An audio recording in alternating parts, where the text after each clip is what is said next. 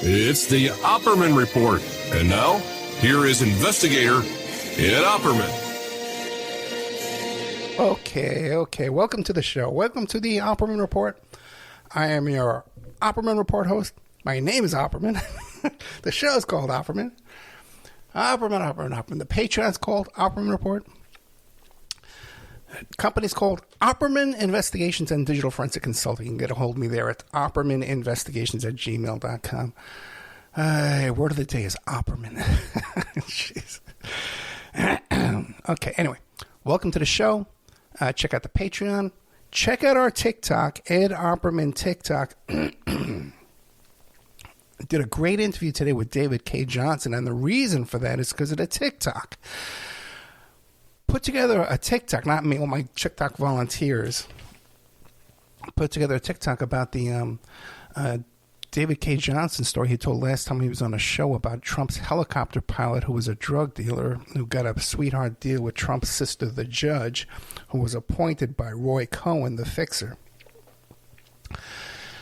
And David K. Johnson saw the TikTok, and I've been trying to get this guy back a long time, but he saw this on the TikTok because you tag their name, you know. And I remember even when I was putting the little name tag in there with a David K. Johnson tag, I figured, who's looking for David K. Johnson? But I guess he looks for himself, and he found it, and he gets a hold of me, and he starts telling me again about the helicopter pilot. I said, okay, great, man. I'm going to come back on the show. Can we do it? He goes, yeah, let's do it. So I bring him on today. And we get into all great details about the Trump litigation in New York, the Stormy Daniels litigation, tax returns, all kind of great stuff. I got a whole... Usually, man, I tell you, when there's this many notes on my pad in front of me, I know it's a good interview. But right smack in the middle of the interview, I'll give you a little background first. When I interviewed him the first time, it was around 2015, and I wasn't publicly talking about my involvement in the Epstein case. I was talking about Epstein on the radio, and I was talking about Trump and Epstein on the radio, but I wasn't talking about any personal involvement. And I said to him, I said, hey, what do you know about Trump and Epstein? He goes, and Epstein hadn't been arrested yet. He goes, I don't get into any kind of salacious personal information about when I'm investigating Trump. But he kind of scolded me, you know, I remember I was a little taken aback. He was kind of scolding me. And this time, out of the friggin' blue, he says, and when Trump had his casinos in Atlantic City, he was comping rooms to 15 and 16-year-old teenage kids to come gamble and drink and get comped rooms at his casinos in Atlantic City. Now, that's never been said out loud anywhere. Okay, before I looked for it. It's in one of his books, I believe. But so far, that's not out there, man. That's some golden information. You could find that interview. It's right now tonight in the Opperman Report Patreon. You can check it out there. I think it's in a $5 section. You can go there. But then you get all the content we have there. It's like thousands of hours of content up on there. More than I don't think there's a Patreon out there that's even close to the content that I have. And you could find my first interview with David K. Johnson. You would recognize David K. Johnson if you saw him. It's David C-A-Y Johnson. It's not the letter K. And you see him all the time whenever there's an episode about Trump or tax returns or something like that. He's on all the talking head TV shows. Won a Pulitzer Prize, this fellow here. Really, really good. And he's like a man of the people, too, when it comes to IRS and stuff like that. He taught me a lot of tricks about the IRS. Maybe I shouldn't talk about that. But anyway. So great show. You can find our first interview is in Spreaker at our archives at Spreaker.com. I do a live show every Friday night, 8 p.m. And there's a chat room. You get an email notification when we put up new content. It's free to join. And so every Friday night, I'll do a live show and then 2 brand new podcasts right after the show. Tonight it's going to be Mr. Kuzmarov from CovertActionMagazine.com. Warmonger, how Clinton's malign foreign policy launched a U.S. tragic. Can't read the rest. And the other one is Richard Otto, The Paradox of Our National Security Complex. 2 great guests. Okay, I'm very proud of tonight's work and today's work, plus stuff I'm doing off the air. That's why I'm in a good mood, which is very rare these days. all my situation. In fact, right before I was doing a show, I was talking to Vic and telling her about all the stuff I did today, man. Really, really, a lot of good stuff, man. I'm really proud of myself. So, then I'm going to have 2 new shows tomorrow. I'm playing a rare, because I got so much content I got to get out there. Can't fill it up all on a podcast. 2 shows out there. One is with this young man. Let me see if I could find it. Jerry Kuzmarov is tonight. Warmonger, how Clinton's malign foreign policy launched a U.S. trajectory from Bush to Biden. I don't know what a title that is. But anyway, that's coming up next. And then Richard Otto, the paradox of our national security complex, how secrecy and security diminish our liberty and threaten our democratic republic. Then either late tonight or tomorrow, I'll be playing East Palestine, the Unity Council for East Palestine train derailment. Not Palestine in the Middle East. This is Palestine, Ohio, where the train derailed. And Pennsylvania, and all those people are just suffering down there with no help. Marianne Petrie, dismantling the family court corruption. I'll be playing that. And then Quinn Mitchell, the 15-year-old, into the tussle, who's this 15-year-old reporter up there in New Hampshire, covering the election. So a lot of brand new content this weekend. Keep an eye on that. Be sure and check out Ed Opperman TikTok. We're getting a lot of play, a lot of traffic from TikTok. If you're out there and you know how to make TikToks, okay, please get a hold of me, man. I need volunteers to help me make TikToks, to play them on your own TikTok channel and on my TikTok channel, because I really, really, really want to blow up the TikTok traffic. Okay, because there's so much crap on there, man. I see these other TikToks, and I'm constantly commenting on them. They don't know what the hell they're talking about on so many things that I'm personally involved in, And we're going to be getting into that tonight, too, because what a week I've had as far as that goes. Okay, let's see what's coming up here. Hunter Biden's going to be testifying this week before Congress.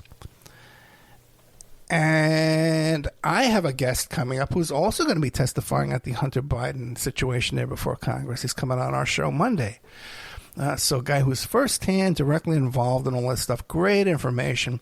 And when I played him, we have a clip that one of our listeners put together of all the shows I've done about the Hunter Biden laptop. All my little clues from here, my little clues from there. He took them all, put them in one big clip.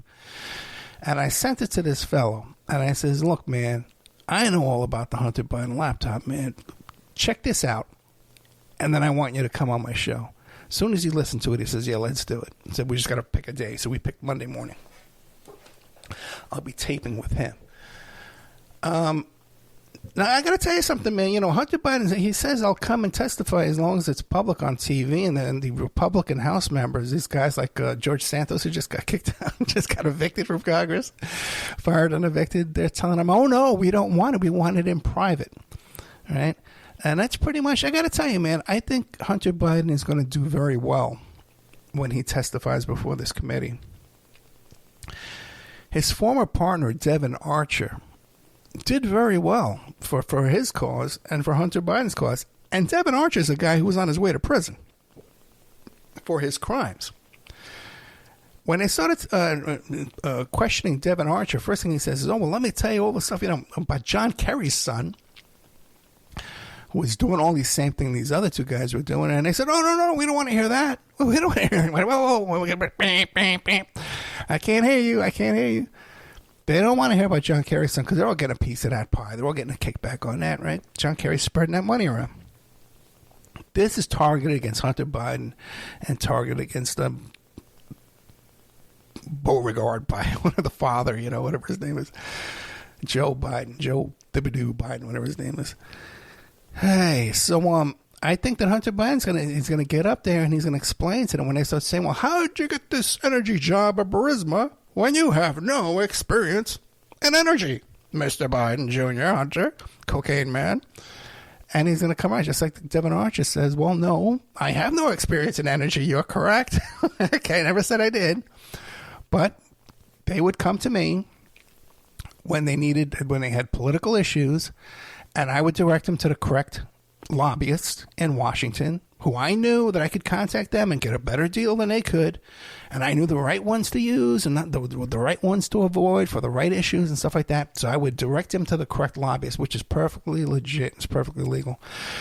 So I think he's going to do very, very well. I think he's going to do very, very well. And when they get into that whole business about, well, didn't your father on tape say we're withholding these funds until you fire this Ukrainian district attorney who's investigating Burisnov? Devin Archer said, oh, no, we wanted that. That was their guy. Burisnov wanted that DA. They didn't want him fired. They wanted to keep him because they already had him in the pocket. So when you listen to the whole Devin Archer, I can't get Devin Archer's going to prison. But when you listen to the whole Devin Archer, unedited, because when the Republicans put it up there, they tried to edit out his last portion of his testimony there. You'll see that there's really a lot of nothing there, man. Of course, listen, Biden and Kerry and stuff like that, they were running around with their hands out all over the world, collecting money from all the different companies, but countries and companies. But everybody does that, man. It's nothing unusual. According to Lev Parnas, who was arrested on the plane, he was headed to Vienna on a plane with Sean Hannity. And Rudy Giuliani was supposed to be on that plane, and they were headed to Vienna to get a copy of the Hunter Biden laptop that was owned under the control of the Russian FSB. And what they would do is they would send Hunter Jr. over to Kazakhstan and say, hey, we got these hookers and we got this coca for you over there. Let's go for a party. They take them over, they videotape them, and they put it on this laptop. And Sean Hannity was involved, Lev Parnas was involved, and Giuliani was involved. But Giuliani canceled at the very last second, and then Lev Parnas was arrested on the plane. And Sean Hannity went there and got an interview in Vienna about Vienna sausages or whatever that was about. Who knows? Speaking of Hunter Biden laptop, let's see. George Santos has a connection to that too. George Santos has this character. He got fired today, George Santos. They voted to keep him out of there. Where is that? Why is my notes like this? This is so weird. Okay, let's try that. This little thing I used to hold my notes doesn't seem correct. Let's go there. It's like it's not opened all the way like it normally is. The fellow who works for George Santos, I don't have it here. Turns out the guy he's from Staten Island, and he lives in Red Bank, Staten Island. He got arrested for drug dealing in Staten Island. And he's working for George Santos as his aide and his fixer. Okay. And so after his situation in Staten Island there, and he still lives with his mother in Staten Island, in Red Bank, a really crappy neighborhood, he went to work with Matt Gaetz, cleaning up his mess, and then he went to work for Steve Bannon. And the story is that he was the go-to guy. He used to throw Hunter Biden laptop viewing parties. It's also come out, too, that Miranda Devine, the one who wrote the book about the laptop from hell, and everyone's always annoying me. Hey, Ed, can't you get Miranda Devine on the show? Why can't you talk to her? And they're tagging me with her on Twitter and stuff like that, and I'm trying to get her to come on the show. She won't do it. She won't talk to me. She won't come on. She's an expert on the Hunter Biden laptop. Why wouldn't you want to talk to Ed Opera? And I got some pretty good information on it here, okay? If I'm not wrong. If I'm wrong, tell me, right? Show me where I'm wrong. Turns out she's buddies with Santos. She's friends with George Santos, the guy who's spending $500,000 on OnlyFans. I was trying to explain to a guy today on Twitter that when you see people on Patreon and OnlyFans and they're making a lot of money with really no explanation. A lot of time that's blackmail money. That's money laundering drug money, laundering illegal money. A lot of times there's some kind of shady business going on with those kind of transactions you see. Okay. By the way, one of the reasons why I'm in such a good mood. Let's see how we're doing on time. is I got a new client. Okay, I got a new client right now, and it's a big lawsuit. It's a big lawsuit that's right up our alley. The guy who is the defendant in this case is a real piece of garbage, man, like a really perverted, sick creep, that harmed my client. Sexual battery case. And this guy's got a ton of money. And so this could be like a year-long work for me, man. Which, be like $100,000. Nah, that wouldn't be about $50,000-$60,000 I'll get from this one job here working on this case. So it really feels good, man, when you get a case like that it's you're doing the right thing. You're putting away a bad guy, and you're getting some justice for somebody that was taken advantage of, who otherwise wouldn't even know that they had this option. So many people are unaware of their rights and their opportunity for compensation over wrongs that have been done to them, man. And listen, if you had a situation like this, man, you think you need an attorney. Oh, I can't afford an attorney. Call me up, man. Get a hold of me. Email me at oppermaninvestigations.com. Especially any kind of sexual battery case you were abused in school or a church or any place where there's a lot of money at the other end there that we can get our team on this, and we know there's money to pay it off. We have money to fund it. So many people, they want you to take this kind of work and then, just work, for free, for nothing.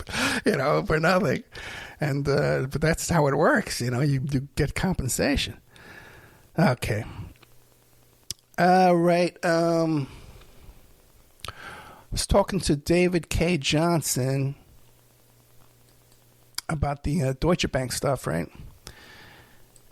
And one of the things that came out this week is that the Deutsche Bank representative there, Rosemary Vrablic, right? She testified that, hey, Deutsche Bank made a lot of money at this during our transactions with Trump. And we're accustomed to clients overestimating their net worth. So it really wasn't that big a deal. Now, it turns out that she works now for Jared Kushner. Okay, so that she has an interest, in pumping up the Trumps still, okay? But what happened is it really doesn't matter, okay? I know a lot of people are saying, she's just pointed out that there's no crime. All of that's been decided already, man. All this business about whether or not he's liable for these damages has already been decided. This is the damages phase. And when you listen to that interview with David K. Johnson, it's up in the Patreon tonight. Trump's got a long road ahead of him, man. He's got a long road ahead of him because they're going to be liquidating his companies. He has no licenses to do business in New York State at all right now. There's a stay on it. But once this litigation is over, man, that's it. It's going to be all in receivership. They're going to be selling everything off and telling him who he could sell it to and for how much. Now, if you haven't heard about it this week, he did a transfer that's in violation of this conservatorship. What's it called? A court monitor. It's not a conservatorship. It's a court monitor. A retired judge is monitoring his finances. And without her permission, he transferred $40 million from the company into his personal account. Totally in violation of this. So I got to tell you, man, I tried to talk to David K. Johnson about, is he competent to stand trial? And he says he is, man. I have to disagree with him on that, man. I see a lot of...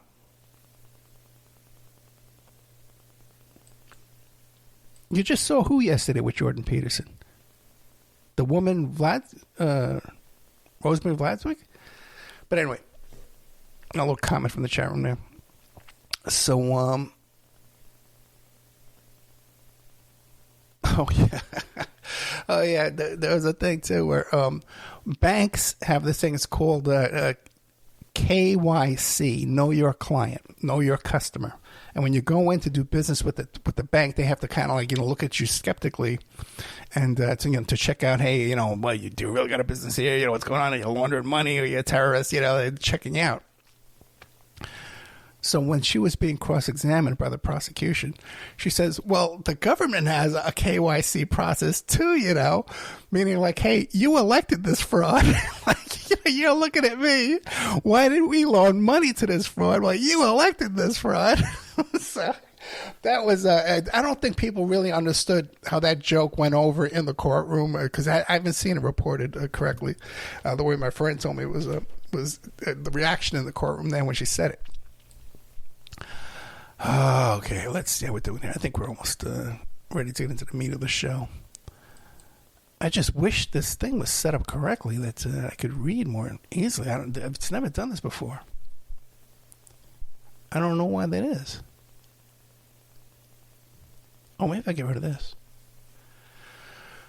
I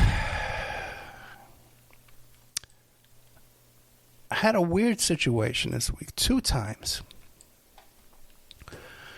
You know how I always get upset about how people are talking about things on YouTube and podcasts and Twitter, and they'll be talking about my case, and I'll try and contact them and say to them, hey man, you know, would you like to talk to me about that? That's my case. I'm involved in that personally, but they're too busy to talk to me. They're too busy tweeting and YouTubing and podcasting to talk to the guy who's actually did the job, you know, and they're almost dismissive of me because they've got so many YouTube clicks and followers, and they've got so many Twitter followers. I guess they're ex-followers now, or whatever.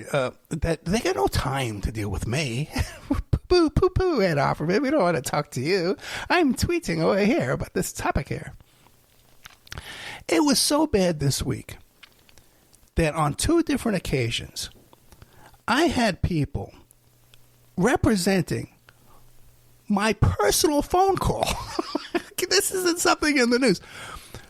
One was about a situation at the Trump debate with the whole thing with Roger Stone and all those mistresses, the Clinton mistresses and rape victims and stuff like that, and a personal phone call I had about that, and they're describing my personal phone call.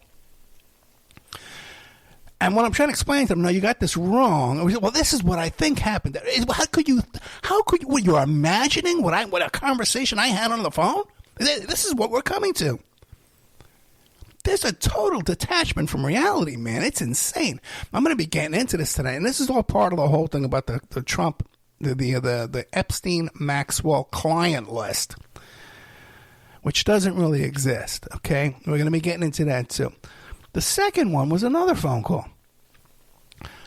I had a private phone call with somebody about a certain matter. Okay, now this is something I'm working on for a long time. I got a client on it. I got a whole situation, and a lot of people know about it. It's all documented. You can't argue with what I'm working on, okay? And I reached out to somebody for a little bit of help, okay, a contact, okay? And when I start speaking to her, she's off the wall. She's all over the place. And I says, okay, this is a waste of time. And she's just babbling away. The person went with a lot of personal problems, okay? And I see her tweeting. She's got a big following. And I see her tweeting with another person with a big following. And they're talking about my conversation. And they got it all wrong. Not even close. You know? And then another person's chiming in and says, well, is there a link that we can look to? They want a link to my phone call, my personal phone call. And it's so bizarre. And I just imagine my frustration that I'm sitting here and I'm watching these 2 freaking idiots, these 2 big influencers who both get paid for posting on Twitter, by the way. All right, these guys are making a decent income from BSing people, okay? Talking about my personal phone call, okay? And if I were to chime in and say, oh, excuse me, let me correct you. You got that wrong. Let me tell you, I can't tell you what really happened because I'm doing stuff in real life. I'm not sitting around tweeting all freaking day long, okay? I'm actually doing something. And but then I would be considered, oh, it has no credibility. It's my freaking call, man. It just makes no sense. Then there was another situation related to this, and I had to kind of give someone a little heads up and a little bit of a warning there. And just still, because these people just live in a fantasy world, man. They just live in a fantasy land in their head and stuff that they say on Twitter. Totally take no precaution, no concern, no real seriousness of what I'm warning them about. A serious danger in real life to them, and that I'm trying to tip them off about, but they just doesn't even sink into their little brain. Okay, because most of these people you see talking online are just full of it, man. They're full of crap. And just exaggerating stuff and just making up little fairy tales for you to make you feel good. And I got to tell you, man, that's the way to go, because people send them tons of money, man. No one's supporting me at all these days. You know, we got like maybe $200 in the past year I've gotten in donations, man, to the Opera Report. We get some steady Patreon people, but even they come and go, man. That's tough. And by the way, too, if you have a problem with the Patreon, don't contact me and say, hey, I'd cancel this, or, you know, I have no control over your Patreon subscription. That's what you got to log into your Patreon account and do that. I don't have your password to go in and do this stuff. How do you think that works? That I'm on the back end here, that I can see your Patreon stuff? I can't see what your contract with Patreon is. God, Zooks. But one of the issues in all this, see, you got these people out there, and especially with the Epstein case, with the Epstein situation, you have these people, these kind of superstar people, these people that are involved. But there's kind of like, there's different levels of them. Some of them are superstars and the world loves them. And some of them are like, oh, well, we don't trust this one totally. They don't trust somebody involved. They would trust somebody more who's a Twitter guy, who's Googling nonsense. Well, he's drinking a big giant beer. Okay. All right. And just Googling nonsense. Well, that sounds better. See, when I started off on this, okay, and I did the very first radio show on Jeffrey Epstein. I don't give a damn who the hell you are or who you think you are. I know I was the first one, because when I did it, I was Googling all over the place to find a guest, and nobody was talking about it. So, okay. And when people started hearing about this stuff, and on YouTube, and back in those days, when you Google the name Ed Opperman, you went to Google Images, you saw a picture of Jeffrey Epstein. That's how much deep I was involved in this back in 2013, 2014, years before some of these people showed up that are now experts. Somehow, I don't know where they got their expertise or who they're talking to. Nobody seems to know who they're talking to. But people heard this story, and it was just hard to believe. My God, what's going on here? Intelligence background, Patrick Douglas Lease, and Hoffenberg, and Mossad, and Robert Maxwell, and dying on a boat. What is all this? All right? And that's enough, man. When you hear all that, that's enough. You don't need to start making things up, man. This is a juicy story. Okay? We don't need to start going submarines and Disney docking the cruise ship off of Jeffrey Epstein's island and all this crazy stuff, man. You know? I'm going to get into all that. But then as time goes on, people that are into this kind of juicy conspiracy type of stuff and hearing this insider information, they like to call themselves researchers because they Google things and they read articles about things. And they think that makes them an expert on something more than people that have actually worked these cases. Okay. I spent today, all right, I got... I really blew it on this one.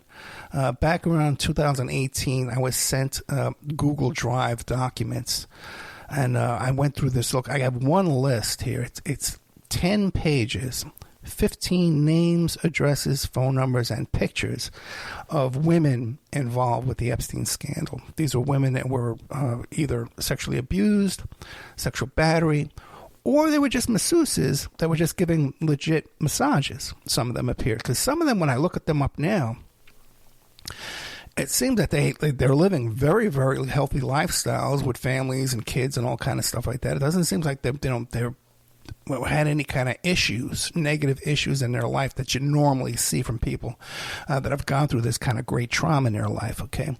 I got a huge list here, man, okay? That no one else has it, all right? Given to me back in 2018. Just started looking at it now, okay? But then I really blew it because there's a whole bunch of Google Docs, too, that now I don't seem to have access to. I need permission to get into them. Contacted the fellow that sent it to me to see if he can give me... I haven't heard back from him. But even Googling the titles and the names in those titles, everyone wants the list, okay? I got a list of names right now, okay? I got a list, all right? And some of these names, you know, when you Google them, you can't figure out how there's a connection to Epstein, but there is. And some of them their names have been unsealed, and they have a connection to Epstein. But back then in 2018, they weren't unsealed; they were still sealed. This would have been golden information to share with the audience. But I do the best I can, and I get no financial support. What do you want from me? There's all these other guys out there. Oh, that one, yeah, I hate her. The author of the Biden laptop book. I don't hate her. I would have her on the show. I would talk to her politely. But you are the company you keep, man. If you're hanging out in a bar with George Santos and some Staten Island drug dealer who's working for characters like Gates and Bannon, there's a pattern there, I would say. I would call out a pattern. So there's a list of names, okay, that I got. Now, I got another thing I'm working on. I know someone who has Jeffrey Epstein phone records, not the address book. Okay, you got to listen carefully. I'm not talking about the flight logs, which we largely know about. There was this big thing about how some Republican wanted to subpoena more flight logs. We pretty much know who was on the plane, and the flight logs, too, are based on the trustworthiness of the captain of the plane. And we know we can't trust these captains. In fact, I don't know why one of these pilots, I don't know why this guy wasn't charged for sex trafficking along with this other bunch. Because even he talks about what he saw. This is actual phone records, okay, that a friend of mine obtained. And he told me about it. I've never asked him for it. I'm reaching out to him now, and I'm asking him for it. All right, and I think maybe we can put together, if I search every single phone number on it, put a name to it, and what's their connection, and just put together a book about that. So people want a list so badly, I'm going to give you a list, okay? But the list people want is an imaginary list. They want a list, a client list, of people who paid money to Maxwell and Epstein to have sex with children. In fantasy world, there's a client list of people that paid them money to have sex with children. There's a list of this somehow. Okay? That list does not exist in reality. There are people in the litigation, the various litigations. There are names, they could be listed on a list, names of people that have been named as having raped these children, statutory raped these children. Okay, I don't know of one instance where one of these rapists ever paid any money to either Maxwell or Epstein. Well, then you say, well, Ed, then how could you be charged with trafficking if you're not selling a little girl to a client? Ed Opperman explained to us. Providing a child to Epstein or to one of Epstein's friends, that's trafficking. Maxwell was charged with providing these kids mostly to Epstein. So as far as a list being hidden by the courts, sure, there's names that are sealed. A very short list of names that are sealed. We could have that list. Sure, I'd like to see that. But I'm sure those names are already in the public domain. People, they're already out there connected to the Epstein story. We've seen them already. Now, there's phone records. That could be some new names on there, but it's not going to be a whole big list of names and all this crazy stuff that people are making up. So now, in this whole drama, yeah, like I said, you have certain, I'm going to interchange the word victims and survivors. Okay, I know some women who have been, or men that have been abused, they don't like to be called victims, they like to be called survivors, but it's just, I'm an old guy. So I may make mistakes. I don't mean to offend anybody. But you have certain high-profile survivors that everybody likes. Then you have some other survivors that people go, we don't really like this one because their politics don't kind of match up with my politics and the way I want to believe things happen. So even though this person's directly involved, this person's been in court, this person's been to the police, this person's been to the FBI, I think I know better. Because I've been Googling, and I think I know this better, and I don't trust that one. I don't believe her story. Some stories I want to believe, some stories I don't want to believe. And usually lines right up with their politics. And the name Trump. Okay? Then there's this other crop of people that are just complete frauds and phonies. And they claim, for whatever reason, that they were a victim and they were involved, but they still... Well, do you have a lawyer? Have you gone to court? Oh, we tried. I tried. I went to every lawyer in the world, and no one would take my case because it's all a big cover-up. So what I do now is I write books about it, and I go on Twitter, and I have all these followers, and I fight with other ones, and I accuse this one, accuse that one, and it's all this big soap opera drama that's come about. I largely stay out of it, okay? Some of these kooks have tried to drag me into it. I had one of these kooks, man, in my first interview with Hoffenberg. She goes on Twitter and she live tweets my interview as if she's the one talking to Hoffenberg. And so many people notice this that they tagged me and says, you're stealing this. These are the same questions in the same order that Ed Opperman just asked Stephen Hoffenberg on his show Friday night. Okay. And he goes, oh, well, he's not the only one talking to Hoffenberg. I talked to Hoffenberg. He doesn't trust her, doesn't like her, doesn't talk to her. Okay. This is reality, man. This is what I got to deal with here, man. It's nonsense out there. But I've been working all day for real, helping real survivors and real victims get justice and compensation they weren't even aware that they could. How do you like that? Okay? Not leeching off people's misery and suffering by Googling all day and then tweeting about it. I get a little pissed off sometimes. But we have a situation now because there's certain catchphrases out there, Lolita Express, Pedophile Island, Epstein didn't kill himself, and now release the list. What is the list? We want to see the client list. Oh, they're keeping it secret because it's going to have the names of Oprah Winfrey and Tom Hanks is going to be on there, and all these names are going to be on there. By the way, this is a completely fraud flight list to Jeffrey's Little St. James, too. But there's one meme of a list of people that have been there that's a total bogus list, okay? The only real list is you've got the flight logs and you got the address book. Those are the only real lists. And then some names of people that were subpoenaed and other defendants and witnesses and stuff. There's these catchphrases that go viral, okay? Why isn't there a catchphrase about, hey, let's boycott Victoria's Secrets? Here you have Les Wexner, who was Epstein's client. A lot of money changed hands there. He did all kind of shenanigans to Maria Farmer and Annie Farmer. Why isn't there a meme that goes viral? Hey, let's boycott the Limited. Let's boycott Abercrombie and Fitch. Let's boycott Lex Wexner's companies. That meme never took off, did it? I did a whole show about it. How come there was no meme about, hey, what about the Butterfly Trust? Darren Andike and Richard Kahn, the accountants and the lawyers who were involved in all the shenanigans way back to Tower Financial, stole $10 million, guys, from the Epstein estate. They created a trust called the Butterfly Trust under their wives' names and sent payments to themselves for work done. Painting, perhaps, okay? Or whatever the work done. Maybe they did some landscaping, okay, down there, okay? No meme about that. Nobody cares about that. Nobody talks about that. Why? Because it's real. What the stuff that gets promoted out there? He never killed himself. Hillary killed him. All that nonsense, man. That's what they want you talking about. That's what they don't want you talking about, hey, let's boycott Victoria's Secret. Hey, where did that money from the Butterfly Trust go?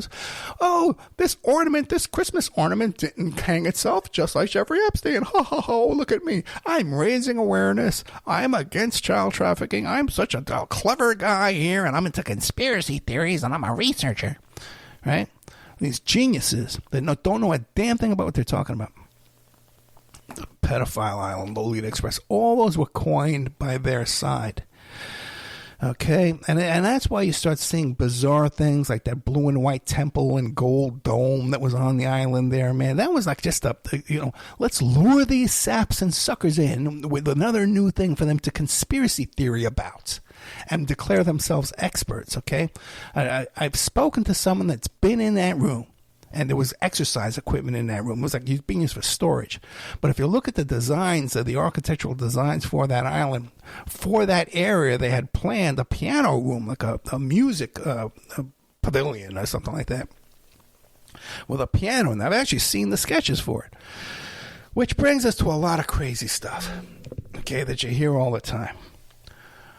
One is this bizarre idea that because Ghislaine Maxwell is a helicopter pilot, by the way, but she's also a submarine pilot. She can drive a submersible. She can't drive a big giant sub like the Russians would have, okay? But she can drive one of those little submersible subs. And probably, you know what, probably anybody could if you got in there and took a quick lesson. But she was able to drive one of these subs, and she's had some kind of oceanography charity or some BS, man, that all these people put together these things to raise money and steal the money. So they come up with a theory that she was using that sub to deliver children to Little St. James. Okay? Now, just a little bit of research. This is the most stupidest, ridiculous thing you can imagine. How many people could you fit in that damn little sub? 5 people? Tops. Okay, with Ghislaine driving it. The range on those damn things is like 30 miles. Okay? And then the speed, they're so damn slow. There is no reason on the face of the earth to have and plus there's no underground submarine port entrance underneath the island. Okay, the whole freaking island is like it's 70 acres. Okay, the small island, the bigger island has no development at all on it. The small island where he lived, where the home was, it's like a 10,000 square foot home, okay, which is a big house, but there's only about 7 bedrooms here. Then there's some cottages, okay? They call them cottages. These were mostly used for the workers down there. There was 3 small cottages, 1-bedroom cottages. This wasn't a place that was holding 100 people or 200 people at a time or 50 people even, okay? Unless they were shuttling back and forth and leaving in a day because there wasn't enough room to sleep people overnight. The employees at work, they were driving around on golf courts. And a lot of these structures that you see from overhead video, and so these were storage of, there was a lot of construction equipment on there for whatever reason, I don't know. But for future construction or maybe leftover construction, you know, what are you really going to do? Are you going to throw it away? Are you going to ship it off the island in helicopters and boats? Access to the island. You see this crazy meme out there about Oprah Winfrey landed her private jet on Epstein Island 99 times. Okay, well, that makes so much sense. You heard about that school in Africa. Oh, she must have been delivering those kids over to Epstein Island. 100 kids to live over there, right? Okay, so that discredits the whole suspicion about, hey, what the hell went on at those schools in Africa? Because kids were raped there. Kids went missing there, for sure. So now that makes that story look a little crazy because we hear this other story that she landed at Epstein Island 100 times or 50 times, whatever that stupid crazy meme says. There's no airstrip on Little St. James. There's no airstrip to land on Jeffrey Epstein's island. There's a helipad where you can land a helicopter and maybe put, 5-10 people, stuff them into a helicopter if you're lucky. Okay, there's that. And then there is a boat dock. Okay, the boat dock. That must mean Disney cruises. We used to dock over at Epstein Island and unload the kids onto the island. These are all stuff you hear all the time. They have you saying this crazy stuff to make everything else look crazy. Okay? That when you have someone here telling you, like a guy like David K. Johnson talking about Trump giving hotel rooms and booze and casino chips to 16-year-old girls. We can't believe that. Trump's rounding up pedophiles. He's never been to the island. Okay? There is a boat dock on the island. The boat dock itself, that's 30 feet deep where the boat dock is. Okay, but the mouth of that cove to get into where that boat dock is has a maximum depth of 9 feet. You're not getting any kind of cruise ship in there. You're not getting any kind of submarine in there. Okay, all right. You can only get in like a sailboat or a cruiser that can fit maybe 10, 12 people on them. There's no depth. Okay, and that's like high tide. Okay. So that's a whole nother thing that's just crazy. All these crazy, that there was an underground base. There was a basement on the island, and Isaac Cappy released a video of the, I'm going to get, you don't understand, okay?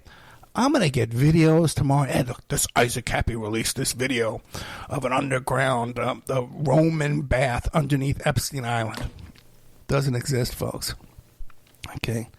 Doesn't exist. And I've asked people that have been there, man. There's people that have been there that can tell you this.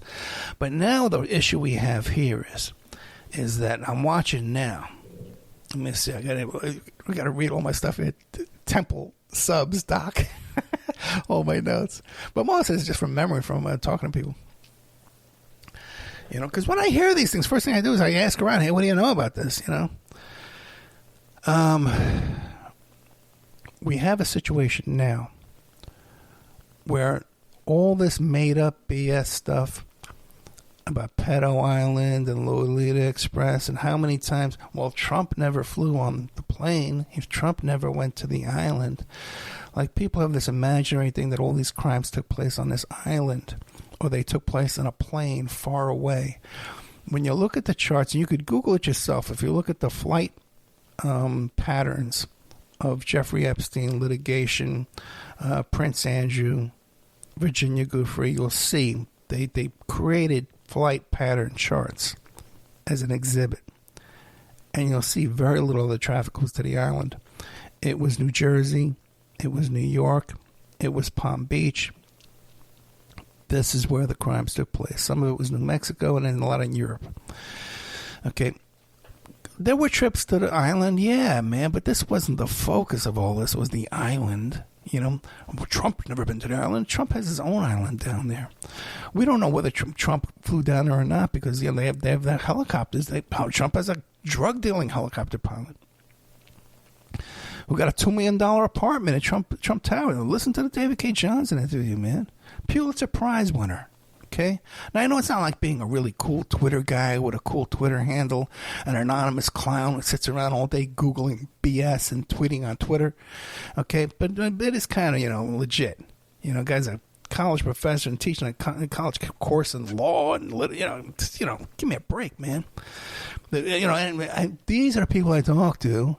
People that are respectable, legitimate people. I got to come on and testify for Congress this week. Not this crap. Okay? But we have people now, people that are legitimately involved in this, but they have to cater to these wackos on Twitter, just like I have to sit here quietly and ignore someone talking about my phone call and pretend, you know, what am I going to say? You know? Because if I say, hey, she's crazy, well, Ed has no credibility. What would Ed know about this? This other person has 100,000 Twitter followers, and this other one has 1 million Twitter followers. They must know what they're talking about. Okay? There's no fighting this. It's just insanity. But some of these legit people involved are now forming their public statements to conform to these nuts. That's what I'm seeing now. So, so much of this stuff, this kind of reporting and all that stuff, there's just so much nonsense out there, so much garbage. It can be hopeless and so discouraging. But I got to tell you, man, I'm really not discouraged. I was talking to Vic tonight. I was telling about all the things I got going on right now. Great case. Real legit, you know, man. These are the kind of clients I want to help. And this is what makes all this misery. Well, it makes it all worth it, you know. And I am going to work on putting together some Epstein stuff. And if I can get a hold of these phone records, that would be brand new out there in the universe. But then again, man, you know, when you're doing this kind of real stuff, well, all you get is pushback and stalking and surveillance and all kinds of crap. I can't, you know, blame the people out there for you know, the surveillance and stuff like that and the hacking into the computers and stuff, because, you know, the kind of conversations I have around here are pretty intense stuff, man. Like, even for me, you know, this is pretty intense stuff, you know. You know, like just this story about, you know, how the Russian FSB was coming up with dirt to plant on Hunter Biden's laptop. Just saying those Russian FSB, just typing that on your computer, you're going to get attracting, you know, surveillance and stuff like that. Plus all the other stuff I've been involved in with the Sarah Palin case and the Epstein stuff, you know, and all this crazy stuff I can't even talk to you about lately. Stuff I had to back away from. The Wienergate stuff, man, you know, like all this stuff people love to talk about, man. And here's a guy that's really been involved, and I gotta listen to nonsense all day long. Anyway, the show is over. I started out in a great mood. It slowly turned. Slowly I turned back to my gripes and misery and hatred and anger at the world. So I still haven't withdrawn my money from Patreon, so if you want to support me this month, I got a lot of bills, man, that I'm not caught up on. I got to tell you, I got a lot of late fees and things like that, and a lot of overdraft fees that I'm even afraid to look at, you know. So if you could help support the work I'm doing here by becoming a Patreon, that David K. Johnson show tonight, that alone is worth it. There's another one, I forgot to keep talking about it. I lost the show for a while about Ireland. So I could find it real quick.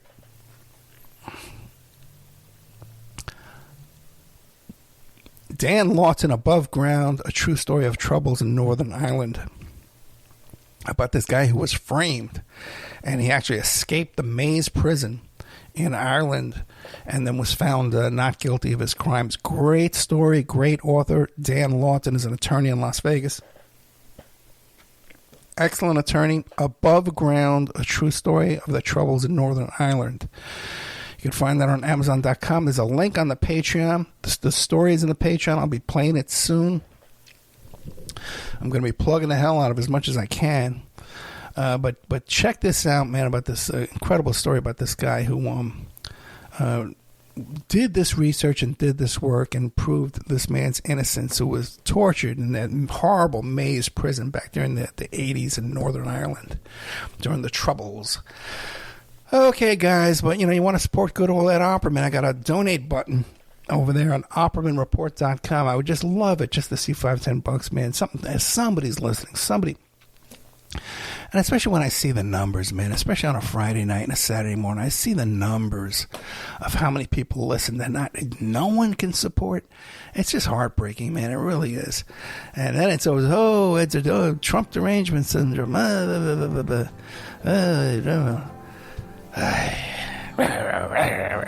False flag. Alex Jones. Sandy Hook. Guy makes like $400,000 a month.